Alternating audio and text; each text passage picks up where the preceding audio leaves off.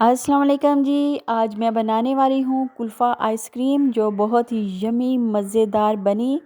तो मैंने सोचा कि स्प्रिंग सीज़न शुरू हो चुका है तो शदीद सर्दी जो है वो कम हो चुकी है। वैसे तो लोग सर्दियों में भी आइसक्रीम को बहुत ज़्यादा पसंद करते हैं, लेकिन मैंने नहीं बनाई क्योंकि बच्चे बीमार हो जाते हैं। तो अभी मैं आपके साथ शेयर करूँगी कुल्फ़ा आइसक्रीम की रेसिपी। और अगर आप एज़ इट इज़ इसको फ़ॉलो करेंगे तो ये बहुत ही यमी और टेस्टी बनेगी। सबसे पहले मैंने 1 केजी ले लिया फुल फैट मिल्क और इसमें हाफ़ कप मैंने चीनी शामिल करनी है। ये मेजरिंग कप हैं, तो आप अपने टेस्ट के अकॉर्डिंग भी शामिल कर सकते हैं, इसमें कोई ज़ायका नहीं। और 2 ब्रेड के क्रम्स मैंने बना के रख लिए और इसी में मैंने बादाम 10 से 15 पीस लिए थे। अगर आप बादाम डालना चाहें तो इसको डाल लें, अदरवाइज़ स्किप भी कर सकते हैं, कोई इतना इशू नहीं है। तो मैंने साथ ही उसमें पीस लिए थे बादाम। और दूध में उबाल आ गया तो मैंने इसमें ब्रेड क्रम्स डाल दिए। अभी इसको मैं पकाऊंगी थोड़ी देर और थोड़ा सा इसको करूंगी मैं गाढ़ा। बहुत सारे लोग घर में आइसक्रीम ट्राई करते हैं, लेकिन उनकी आइसक्रीम जो है वो हार्ड हो जाती है, उसमें बर्फ़ के क्रिस्टल्स होते हैं।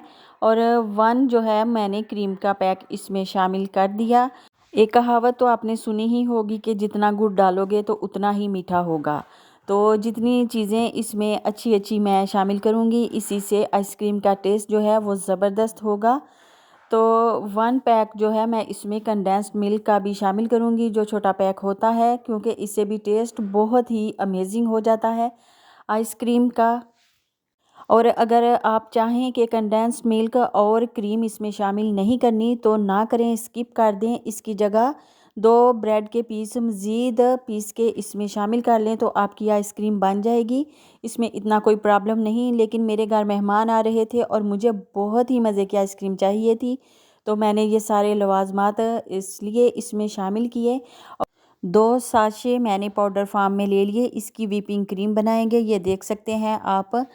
तो इसमें थोड़ा सा ठंडा दूध शामिल करके पाउडर में हमने इसको करना है बीट। तो 3 से 4 मिनट लगते हैं इसको बीट करने में और ये बहुत ही फ्लफ़ी क्रीम हमारी रेडी हो जाती है। तो दूध जो है वो आपका चिल होना चाहिए, गर्म दूध बिल्कुल भी इस पॉइंट पे आपने यूज़ नहीं करना। तो थोड़ी देर आप बीट करेंगे तो आपकी बहुत ही अच्छी सी क्रीम रेडी हो जाएगी।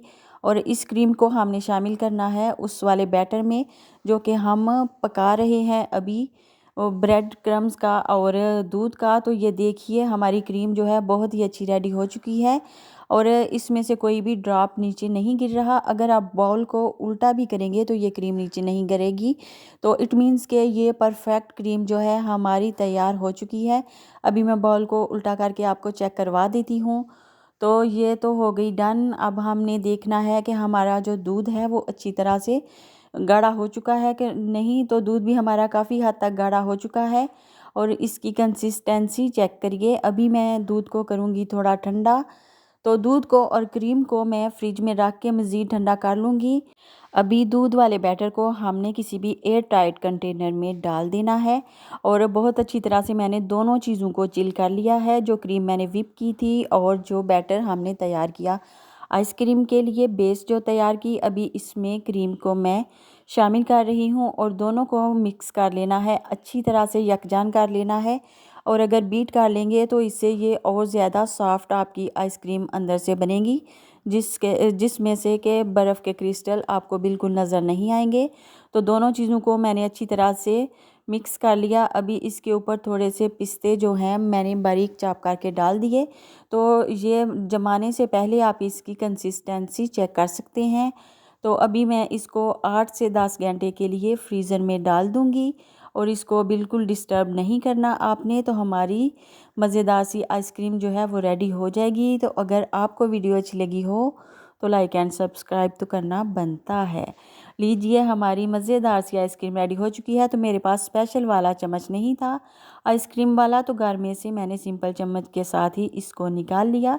तो आइसक्रीम बहुत ही कमाल की मेरी रेडी हो चुकी है, बिल्कुल सॉफ्ट, बिल्कुल हार्ड नहीं है, ना ही अंदर बर्फ़ के कोई भी क्रिस्टल बने हैं। तो इसका जो टेस्ट है वो बहुत ही अमेजिंग है। तो आपने लाजमी इसको ट्राई करना है और मुझे देना है फ़ीडबैक। जहाँ भी रहिए खुश रहिए और मुझे रखिए दुआओं में याद। अल्लाह हाफिज़।